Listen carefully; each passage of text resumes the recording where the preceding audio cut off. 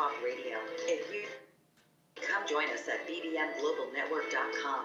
The BBM Global Network, your voice is now heard.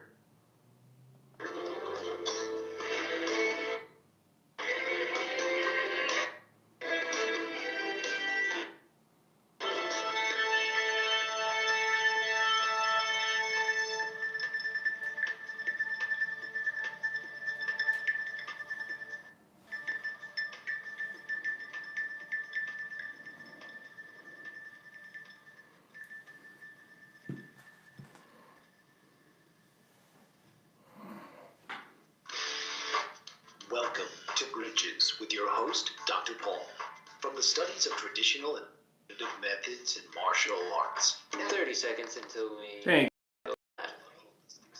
No problem. Dr. Paul is here to help promote clarity and understanding, to facilitate making informed decisions.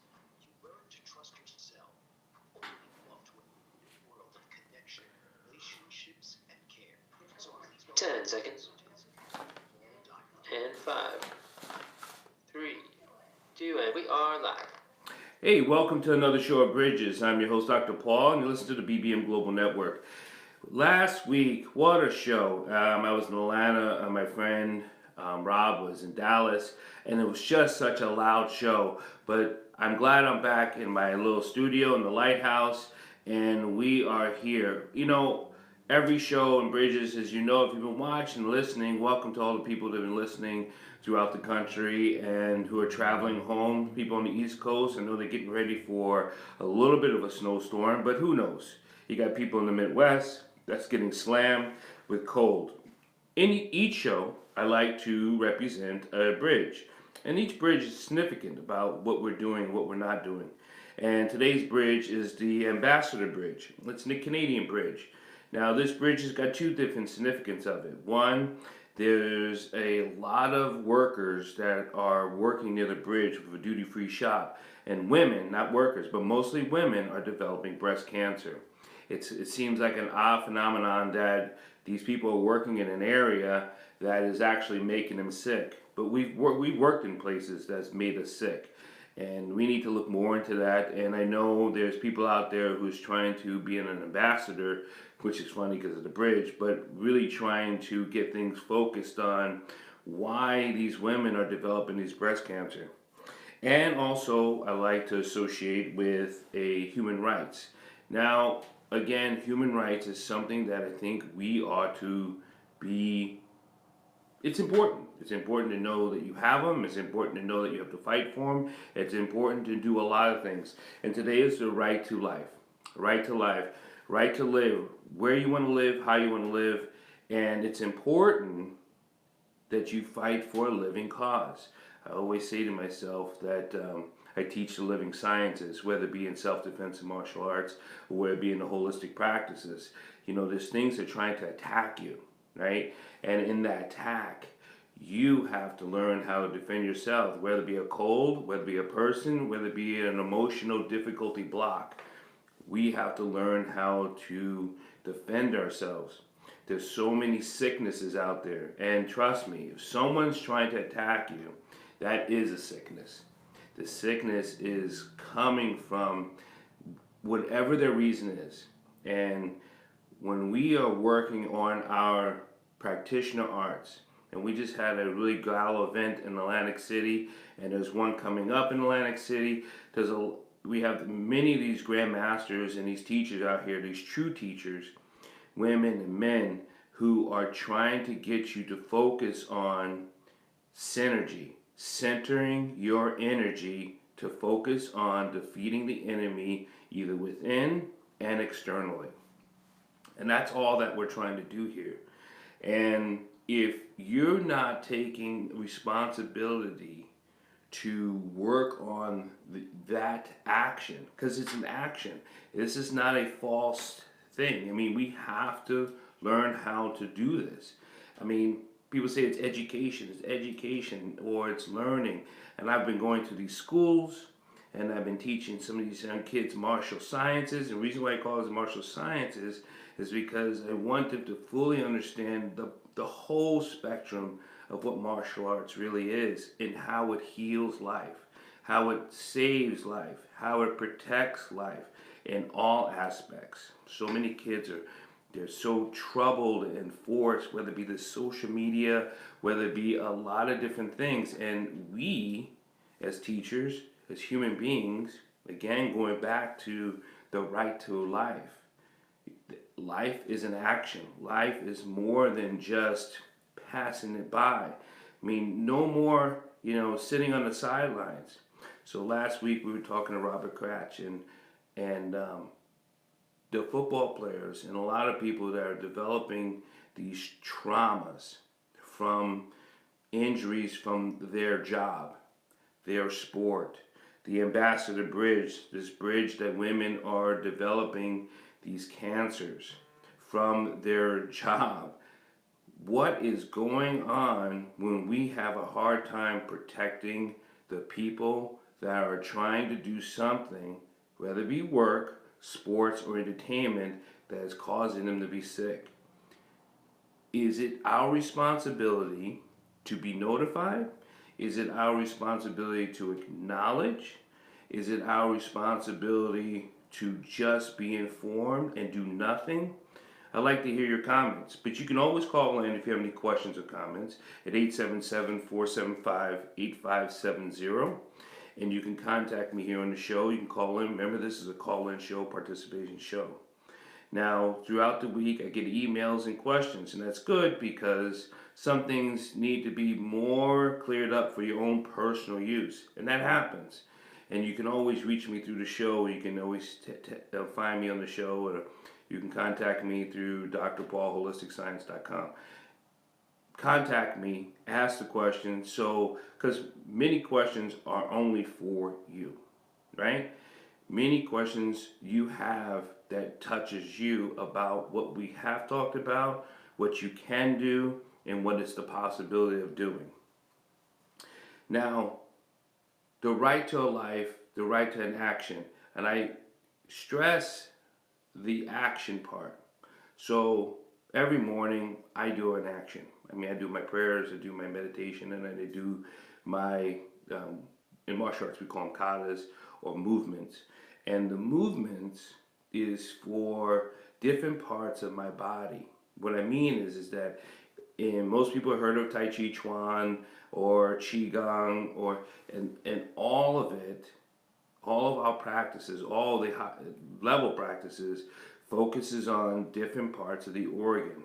Now, I just recently gave a lecture about trauma again and about how trauma attacks the cells on the cellular memory.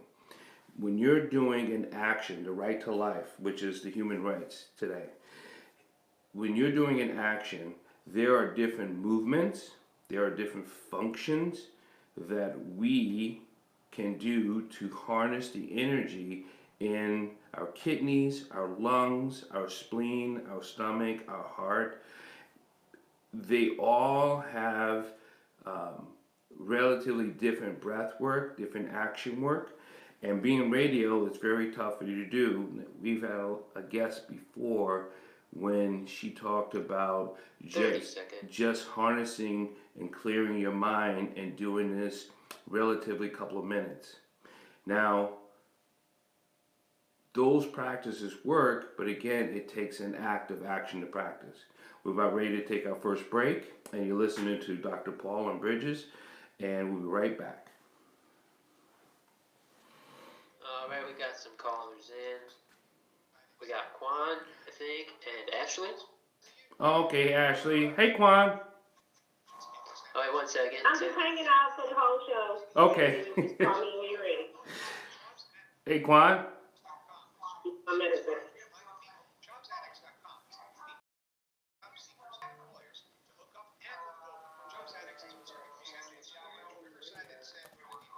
Hello? Hey, Quan. Hello? Hello. Yes, that's Keiwan. I'm sorry. Yeah. How you doing, man? I'm doing good. How about you? Good, good. I'm glad you can make it on the show. Sal's got to get you all primed up. How does he sound? Sal? Sounds pretty good. Okay. Hey, Keiwan, we're gonna introduce yourself, and then we're gonna talk about you working with those kids, man. I see you got those kids prime down there. Yeah, I'm trying to. Yeah, just trying to keep them, motivated through sports, by any means. Now, did you get them all the new uniforms? Because I see they're all wearing orange. What's all that about? Yeah, we're sponsored by Adidas, so Adidas gives us uniforms, cleats, gloves. They deck us out, and of course, me being a former Gator, I'm gonna choose my color to be orange and blue. So Yeah, 30 all seconds. our team from 10 and under all the way up through high school, all wear orange and blue. All right, we're about ready to come on, Keiwan. Okay.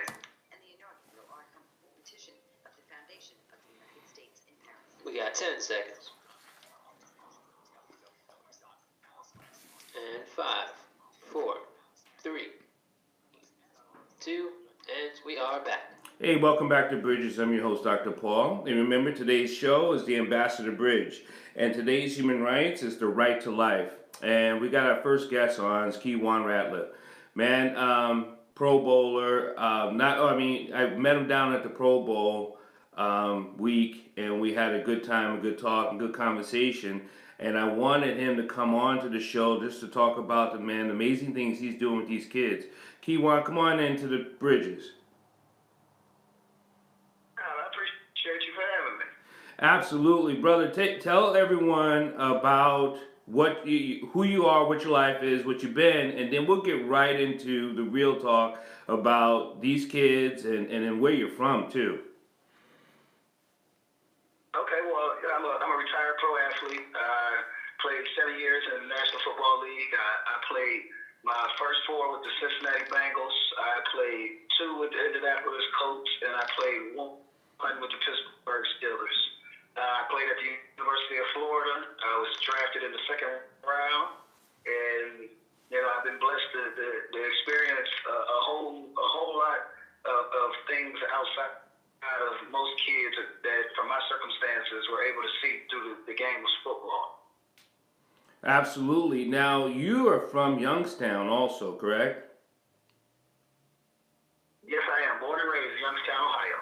So, when we were talking about, let's get back, because most people never really talk about Youngstown and where you're from and how debilitated and depleted the resources are there, and how it's so tough and people are just stuck in absence mode, it seems like. You want to talk about the plight that's in Youngstown and where you grew up, and then how you got out of there, because a lot of kids don't feel like they could ever get out of their own circumstances.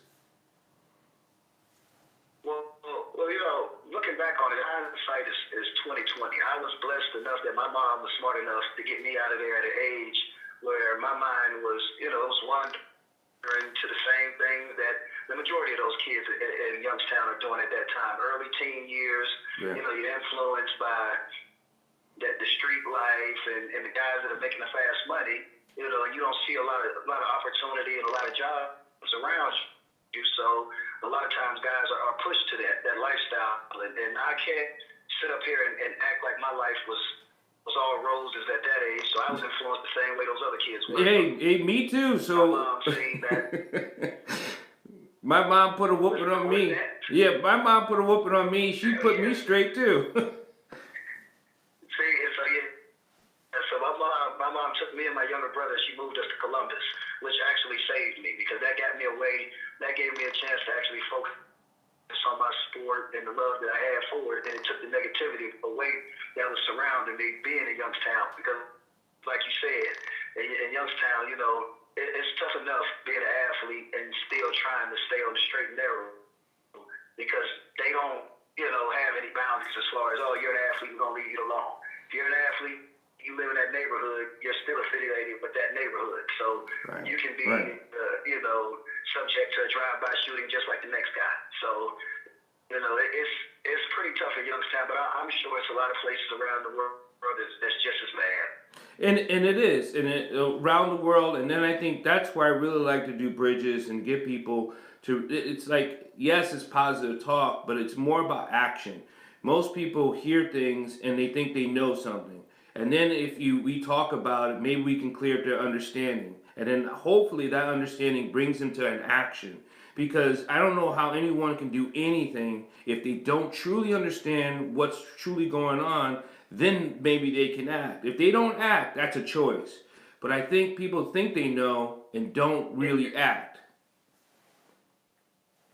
And that's funny that you said that because, you know, when I was playing, I would have a camp in Youngstown every year. And I would bring teammates back from Florida, teammates from the Bengals, teammates from the Steelers, teammates from the Colts.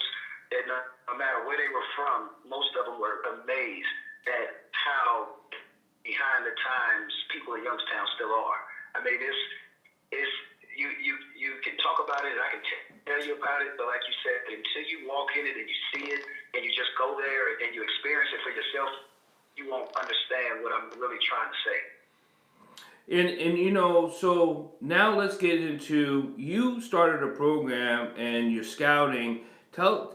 You're building kids' future with the program you're doing, and then that's what really, we talked about that, but I want you to mention your program. Well, the program that I started was a mentoring program through football and academics. Is basically, like I said, I was blessed enough to get out of Youngstown, come down to Florida, be drafted, and live a lifestyle that, you know, most of those kids dream of.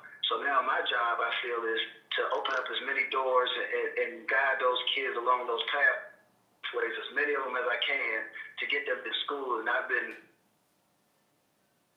that worked with 191 kids in the past 7 years that have had free education through football. And that's our goal. We do tutoring, we do bus tours, we do camps.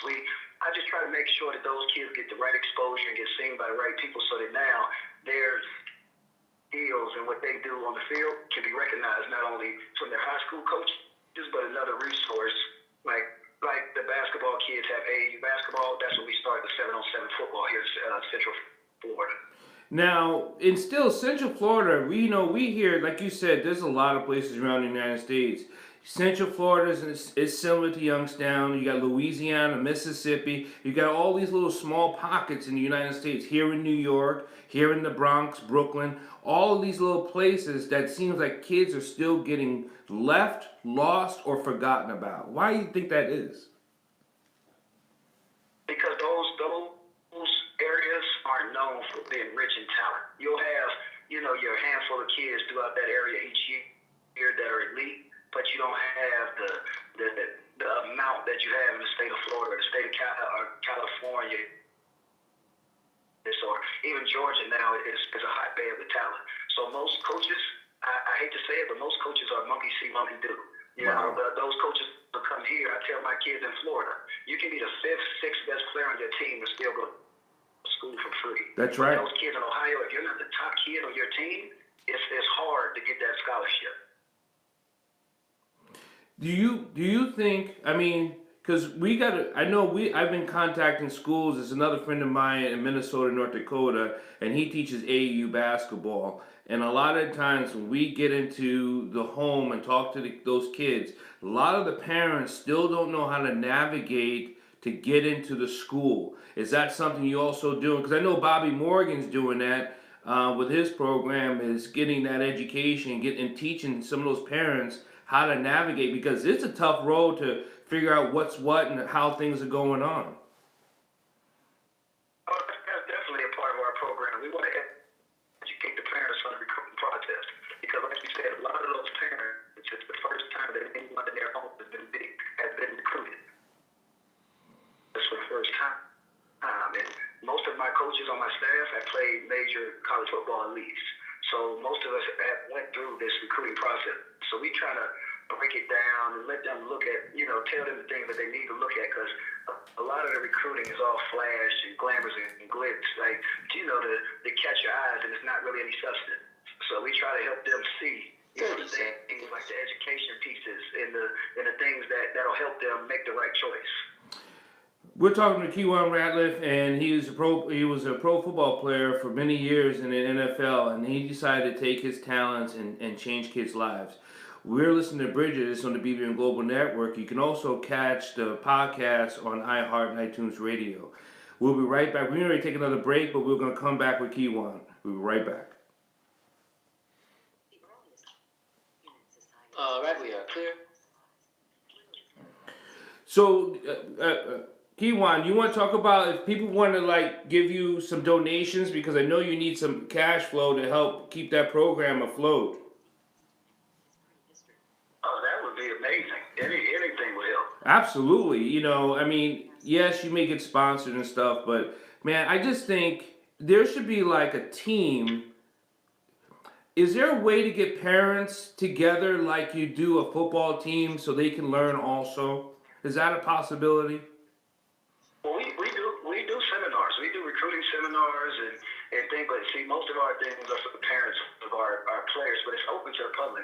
But most of the time, parents don't even show up. It's free.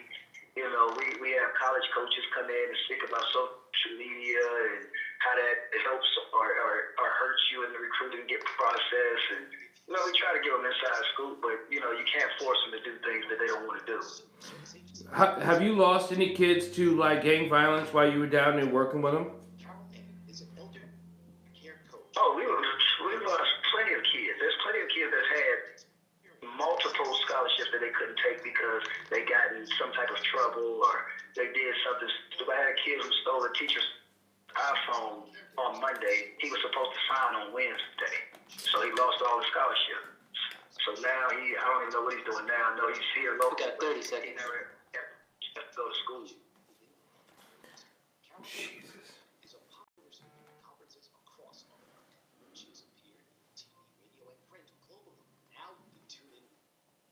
Coming back in 10 seconds. And 5, 4, 3, 2, and we are back. Hey, welcome back to Bridges. I'm your host, Dr. Paul, and we're talking to Keiwan Ratliff. And we were talking off air, and I always talk off air with my guests because it's a blessing to have so many people doing amazing work in this world. And each guest I have, I hope it gives you that information, and then it gives you that understanding, and then it can put you into action. That's why I think, for me, Bridges is about action. Yes, I want people to understand the science of what the human body can do and the cellular biology of how to change your life from the internal to the external. But I tell you, our stories guide us. You listen to our stories and it touches your heart, which is good because that goes into your central nervous system. And in that central nervous system, it allows you to function and to move those body parts into the lymphatic system, and it changes your life. It just doesn't change your life because of the words. It changes your life because human touches human. And that's what Keiwan's doing. That's what all of us is trying to do. Each one teach one. And we were talking off air how a kid just lost. You want to tell a story about the cell phone, and hopefully like parents can tell these kids to this happens. This is real. Exactly. I mean, all of our success stories. I mean, I talked about how many kids we had on ships, but we've had multiple kids who weren't able to accept their scholarships. And like the kid you just spoke on, it was Monday, signing day. Every year signing day is on the first Wednesday of February. So this kid was all set to sign to his school on Wednesday, and he decided, he wants to steal his teacher's iPhone. You know as well as I know that iPhones, iPads, all of them are very easily located. They located it, they found it in his pocket, and needless to say, he lost all his scholarships, and now he's here locally, trying to make ends meet where he could have been at school with a free education and got himself a career made just by playing football. And he decided to make a bonehead error, which I'm sure he regrets, but, he lost. Like I tell him, he lost his $500,000 bonus that he got for playing football. Now, you know this kid, and you've been talking to this kid. And how long have you had this kid in your program? A couple years? sophomore, junior, and senior year. So 3 years. So here's my caveat to that. It's not something you are doing. It's not something you're not trying to do. It's like, I love things when they work, but why are someone getting missed? Like, how did he miss this step? Like, this is not something. This is not. You know what I mean, Keiwan? This is like. This is not. I'm sure I you. know exactly what you mean. I'm sure that you had him in your office. You like, man, what are you? What? Tell me what you're doing.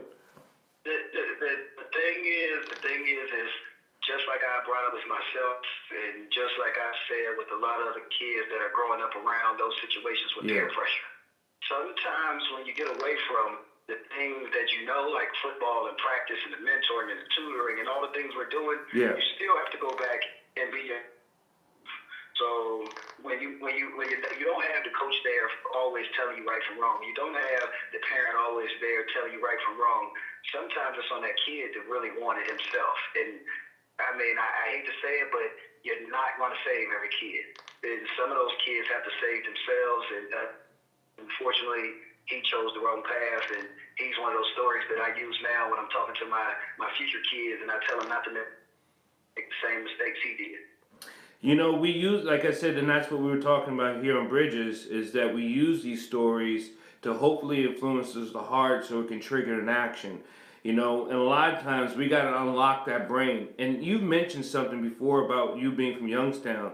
And I talked about this about trauma. Trauma stays in the body. And if you don't clear that trauma, I truly believe you'll keep repeating the same mistake just on a different level or different circumstances.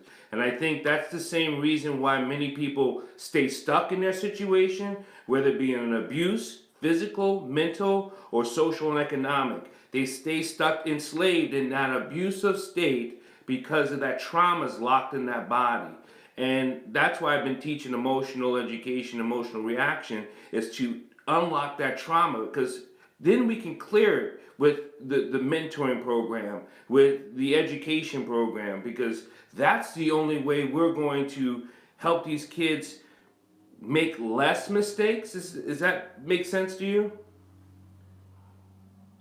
It makes perfect sense, because I preach that to my kids all the time. As far as them on the field, it's all about muscle memory. Them off the field, it's about mental memory.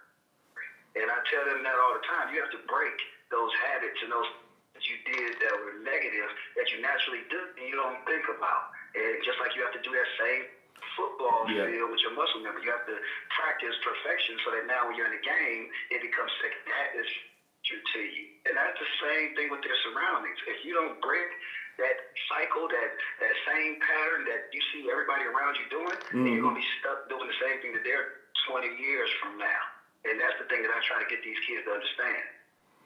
Now, I know you need sponsors. I know you need help. So where can someone say, hey, let's throw this out there and maybe I can help you along? I know there's so many organizations and so many different things, but I think if you could put a face to a person, to a voice, maybe they know someone to help someone. You understand what I mean? I know that if anyone wants to follow, donate, or just even reach out and give encouraging words to some of the kids, because my social medias are all about my kids. I'm not on social media to make new friends and long lost high school, make reunions or that. I'm out to make sure that I put that basically pushing, and I call myself their puff daddy. I'm their hype man. So if you go to any of my social medias on Facebook, Instagram, Twitter, it's all my name, Keiwan Ratliff.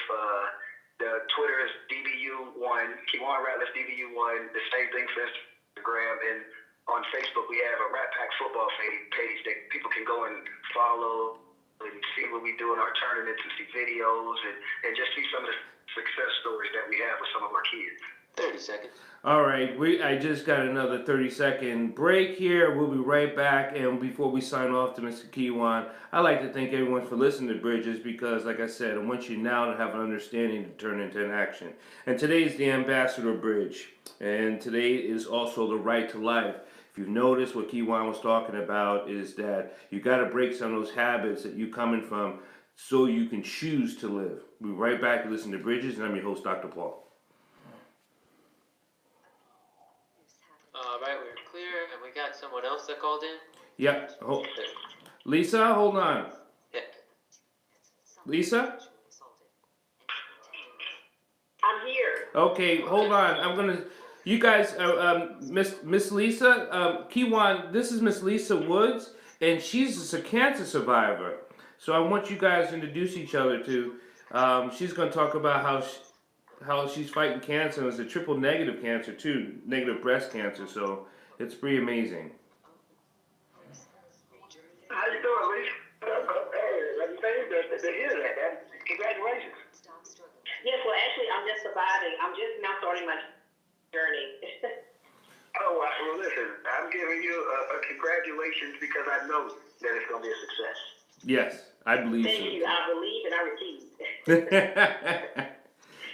Yes, so we're just starting the journey. Super excited about, being a voice, and an advocate for something that really affects our females. Mostly, Every color, but most especially our African American females. yes, they do. To inspire to help others, and the book is a vital tool. She's a strong fighter, darling. Faithful to God and devotional to the beacon of hope. Thank you. Strong fighter. You welcome, beautiful. We got 30 seconds. Thanks, Sal. Sal's the one that keeps me all on track. Yep. We have 3 more segments. Need that. Hey, Miss Lisa. Hi. Hi, Ashley. What's going on? 10 seconds till we come back. And 5, 4, 3, 2, and we are back. Welcome back to Bridges, and I'm your host, Dr. Paul. We're talking to Mr. Keiwan Ratliff, pro football player that turned his life not just from the game, but he put it on the field with these kids and changing lives.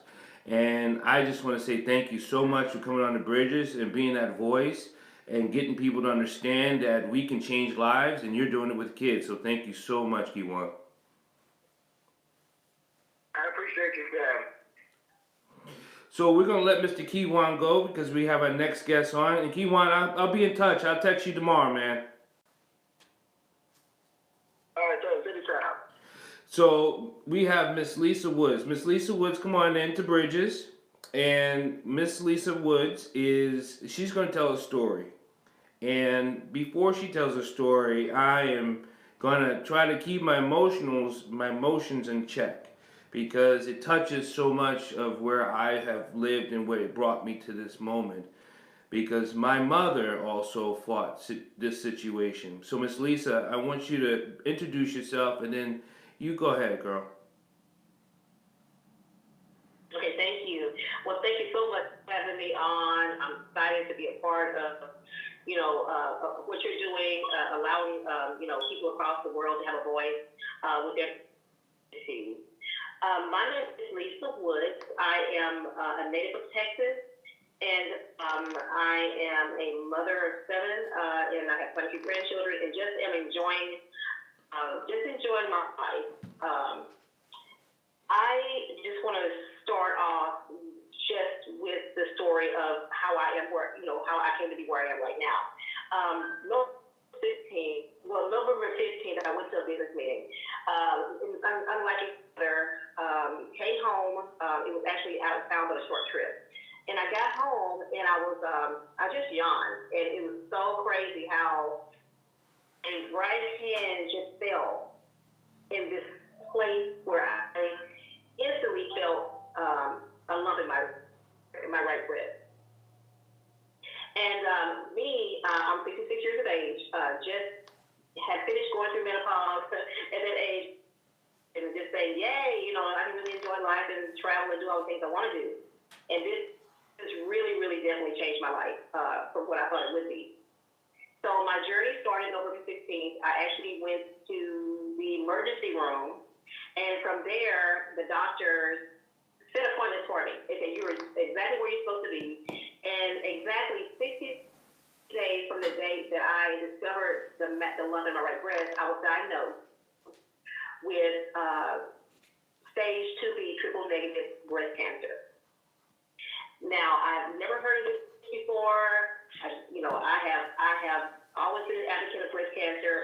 I've walked with Susan B. Coleman. I have, my daughter worked 6 years with the American Cancer Society, and always been a big advocate. Had friends who had breast cancer, and most of them survived, and always in celebration mode. When the doctors began to speak to me on what I would be facing and what this actually was, I was totally floored. When a doctor is telling you that, yes, you have breast cancer, but you have the rarest of them all, and one that has no targeted treatment, no targeted medication, as is with the others, that they can even say, well, this will help. And so what they do is, then they tell you that you're faced with the most aggressive, because this cancer is so aggressive. It can go from one day you can have a lump in your breast, and the next day it could have already attached itself to your ovaries or to your bones. I mean, it moves really fast. And so the medications that actually stop those cells from multiplying, we don't have that. We don't have medications that will do that for us. So they put us on the most aggressive chemotherapy, and they even label it the red devil. And so I call it the blood of Jesus. I say, anything going into my body, I pray and say, God, this is of you. Please bless it with your healing. And so it's just, it's a different kind of a take on life. You don't know what's going to happen if you don't have a strong faith, and you don't really have that belief in yourself to say, hey, I'm going to survive this thing. It really can take you to a different place. And so because of that, all the people that I talked to, and nobody had, even when I told them that, hey, I'm going to survive, the doctors, they were treating me in emergency. We had never heard of triple negative breast cancer. All the people that I talked to, and so this is the stage of where we are. It's largely affects African women of African descent, that means our Black females, especially in Nigeria, part of Africa, and also, secondly, women that are Hispanic or Latino, and then thirdly, our non-Hispanic or Caucasian European women. But if a Black woman is going to have cancer, then she's highly likely to have this type of cancer. Researchers don't know why. They've spent millions of dollars researching why it is that the Black female or the African descent female is so prone to having this particular type of breast cancer. And so the rate itself, triple negative makes up only 15 to 20% of all breast cancers, but it accounts for overall more than 25% of deaths. And in and of itself, when you narrow it down, even statistics say that women are dying 42% within their demographic of this cancer. And so I was saying to myself, and said to my, just going mulling this over in my head, no, this is not, our voices got to raise. We have to find out what's going on. I took genetic testing. It came back. I don't have, it showed that I tested negative to all of my genes were all okay. I didn't have any broken genes and BRCA2, and I didn't have any of that stuff. So that meant that this didn't show that it was passed down to me from any other generation. However, sometimes women like myself just by fluke. And then those tests are not 100% accurate. So, that's why they keep them on record. It may change where they can say, hey, something changed within your genes, and now we can see where this happened. But in testing of those 29 genes, they could not see where I was, where I had gotten this hereditarily. Miss Lisa, I tell you,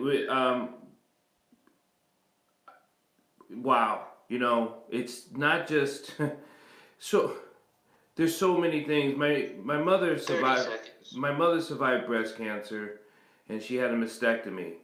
And we'll talk more about these percentages in the triple negative breast cancer. We're going to take another break here, and you're listening to Bridges, and I'm your host, Dr. Paul, and we're talking to Miss Lisa Woods about triple negative breast cancer and how rare this form is and how it affects the African American women more so than anything else. But it does affect us all completely. So we'll be right back after these.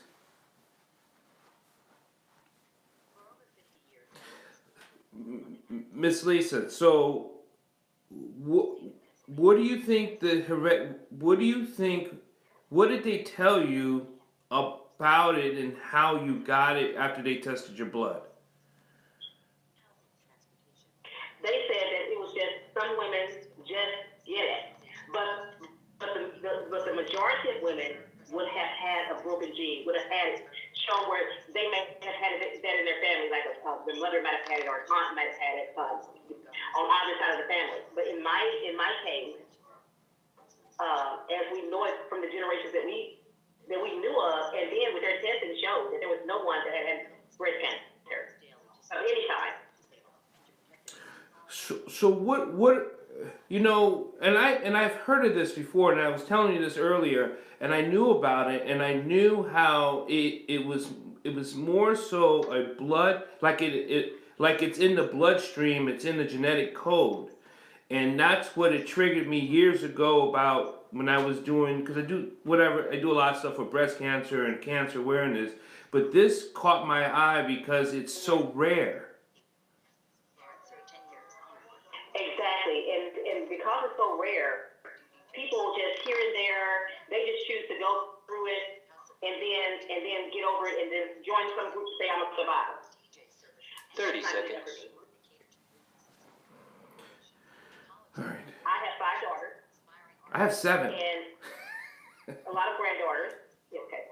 Okay, there you go. And so I was very concerned for my children and my children's children.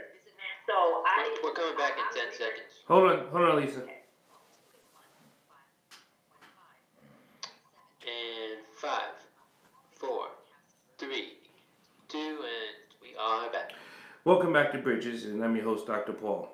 And remember, today's show is the Ambassador Bridge. And I picked this bridge specifically because I knew about this case, and also was talking to Miss Lisa, and I had asked her to come on to be the voice in pink, as her moniker may put it.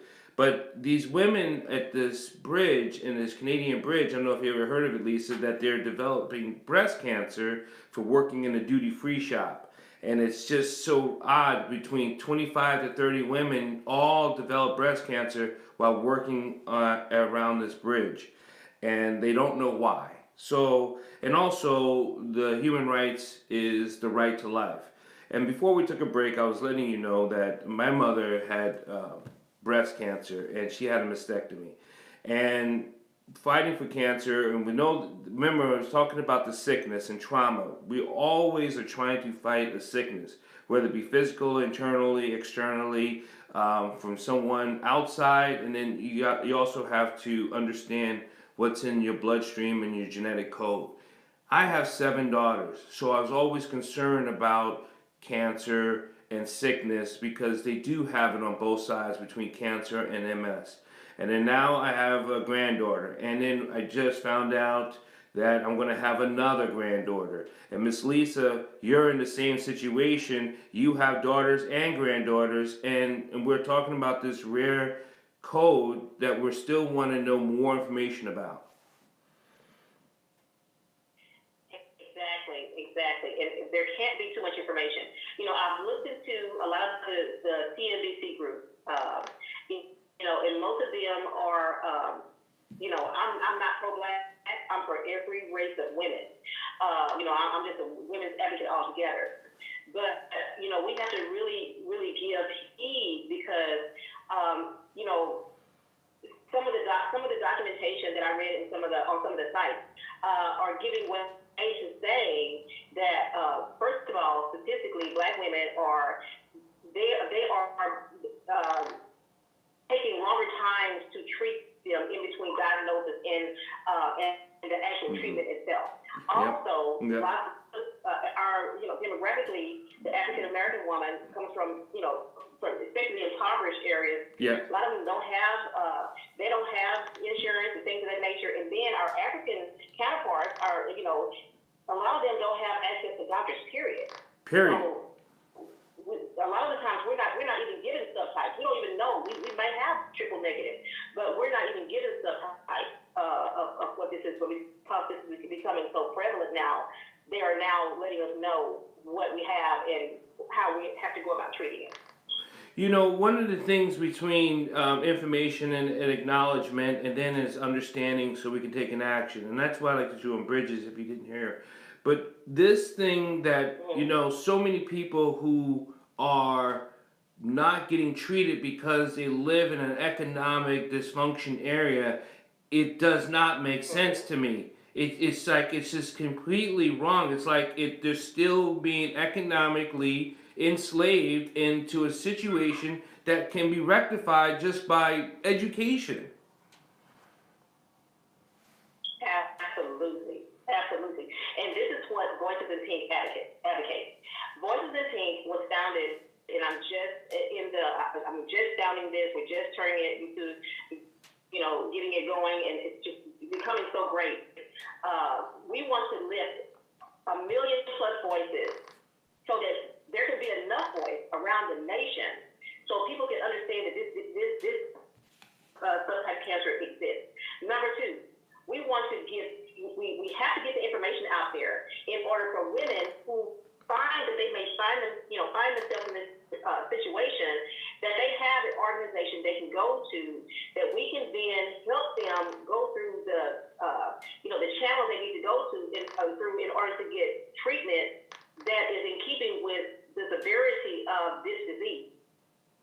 Let me ask you something, Miss Lisa. Let me tell you, I wanted, how are you handling it? I know what you are working on and how you're doing and what you're advocating for, but your strength has got you. How are you?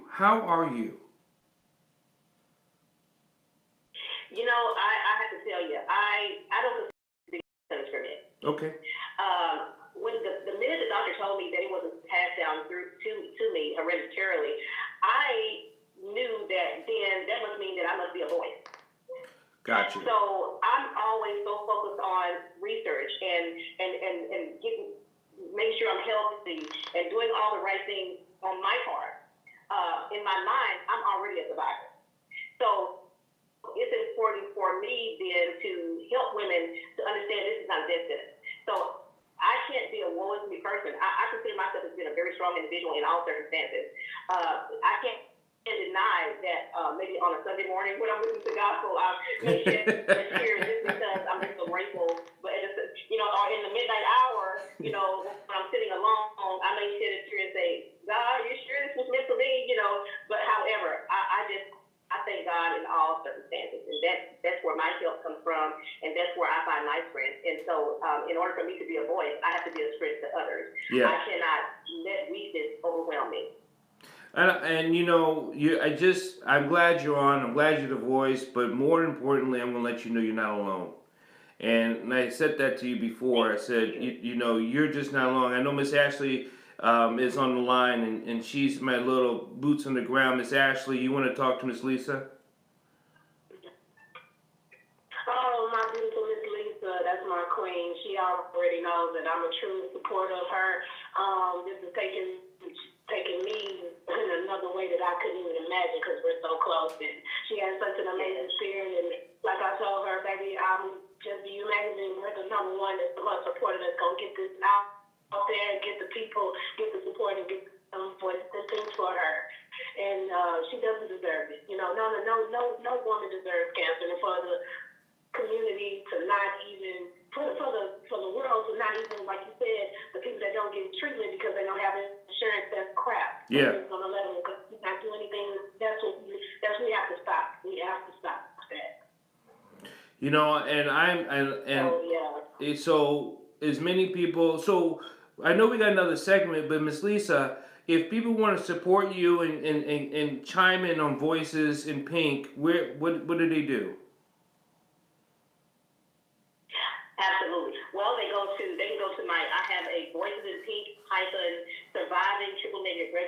on Facebook. They're welcome to go there. My website is actually it's being done right now, and so they just stay in tune with my page. They can find out all the upcoming dates of when everything is going to go live and all that stuff. And they can also reach me through my website. Through my email at Lisa W at voicesandpink.com. And the website, when it is ready, will be voicesandpink.com. So. We're going to take another break here. I got my engineer. He's keeping us right on track and cracking that whip. And you're listening to Bridges on the BBM Global Network. Remember, it's the Ambassador Bridge, and today is the Right to Life. Remember, you can always catch us on the podcast on Wednesday on iHearts and iTunes Radio. We'll be right back after these messages. All right, we are clear. This is the short segment, the last one. So, Miss Lisa, I want to say thank you. When they come back on, I'm going to sign you off, but I want to say thank you. And you're always welcome when you have news to come back on. Thank you so much. I appreciate that. With the goal of helping them rebuild their lives and the tools to avoid abuse. Ms. Reeves operates various business interests through her umbrella network, Nella LLC. How is your family holding up? Are you guys getting therapy and going to classes to handle this together? No, well, they're all, they're going with me to all of my appointments and all of my treatments and things of that nature. And then we just talk about it. We're not actually going through counseling right now. Okay. But one of my daughters worked for American Cancer Society for 6 years. And so she's really been our counselor because it's what she is. She's a counselor. So she's been really talking to us. Okay. Yeah, that's one of the things I tell all my kids. It says, when you're a family, you got to talk. There is no secrets in family. Absolutely. Well, the world knows. And Ashley, thank you so much. I didn't even know that it was you they were talking about. I love you so much, Charlie. Yes, ma'am, I will. Yes, ma'am. I just lost my great grandmother this past weekend, as you know, from uterus cancer. Yes, I know. All right, we got 30 seconds till we come back. We got to fight it. We're going to get it done this week. Oh, yeah, we have It's awesome. Yes. All right, 10 seconds. And 5, 4, 3, 2, and we are back. Welcome back to Bridges. I'm your host, Dr. Paul. We're talking to Miss Lisa Woods, and we were talking about the triple-negative breast cancer, this rare form of breast cancer that is affecting mostly African-American women, but it affects all women. And I want to tell Miss Lisa, thank you for coming on to Bridges to be this voice. And before we sign her off, I just want her to give her last piece before we let her go. Go ahead, Miss Lisa. Yes, please get out there and do genetic testing, do the things you got to do, research triple-negative breast cancer, and take care of your family, take care of your body. Yeah, absolutely. Thank you, Miss Lisa. I'll talk to you later. Bye-bye. Miss Ashley, now you just recently lost a family member to cancer. I did. My grandmother Bob, she was a very big advocate for the community all over Texas. Period. She's the one that took care of the white people's kids and did all that. She worked at so many different families that, traveling to different places when people need to get their older ones sick. She was a caretaker for a lot of people, and she was didn't even know. She got one day she went to the doctor. They said she had uterus cancer. They told her she had 2 months to live, and that 2 months turned into 2 weeks. 2 weeks, and then it spread into her lungs, and she's gone now. She was 91 years old. She would have been 92 March the 31st. So yes, the cancer is not something that I'm definitely an advocate for cancer. Now I have one of my closest people, Miss Lisa Woods, that has it. So it's a lot going on. We have to fight. We have to, get out that slave mentality. Oh no, I don't need to go to the doctor because they're afraid. No, you have to get tested. You have to get tested. You have to go and get tested, get your kids tested at whatever age, to me. you know, we gotta stop saying that, oh, men just go turn 40 to go get their prostate done. All women, you gotta wait till you're 35 to get your breast mammogram. You know, do it as soon as you can. You know, we have to get more seminars, more people talking about it so people can be aware of it, because, you know, when it's, you know, sometimes it be too late. And then, like the triple negative cancer, they don't even know what causes it. So we need some more researchers on. Right. Let's see what's going on. Don't just say, oh, we don't have a cure. Well, let's see what's going on. 2 minutes. Let's find the people that want to know. And Dr. Paul, it's a lot going on. It's a lot. Going back to the first guy that was talking about the children. My brother just got jumped by some kids at his school, and I'm headed to the superintendent right now, Raleigh ISD, to take them down, because my son is bullied, as you know, and they're not doing anything about it. So yeah, You know, I'm taking them down the district. And it's tough, because even like a parent like you, and there's other parents out there who are advocates, who are strong advocates, who are saying we can do something, we can change something, and yet things are still either slow in process or slow to progress. So where can we speed this up? Is there a faster action to doing an action, instead of waiting so long for someone to either commit to suicide, someone to get killed, or someone to die because they have not done the testing? You know, Miss Ashley, I've always talked about the living science, the living work. We have to put forth an action to be part of life. And this is why the human rights is the right to life. But you got to act upon it. We can't just let it slip on by and sit aside. 30 seconds. Miss Ashley, you want to sign us off real quick before we have to say goodbye? Oh, sure, no problem. Like I said, guys, just support us.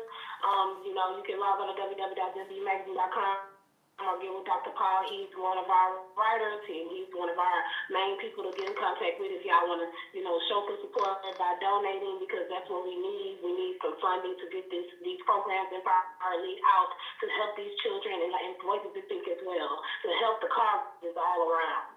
So do something and get up and help.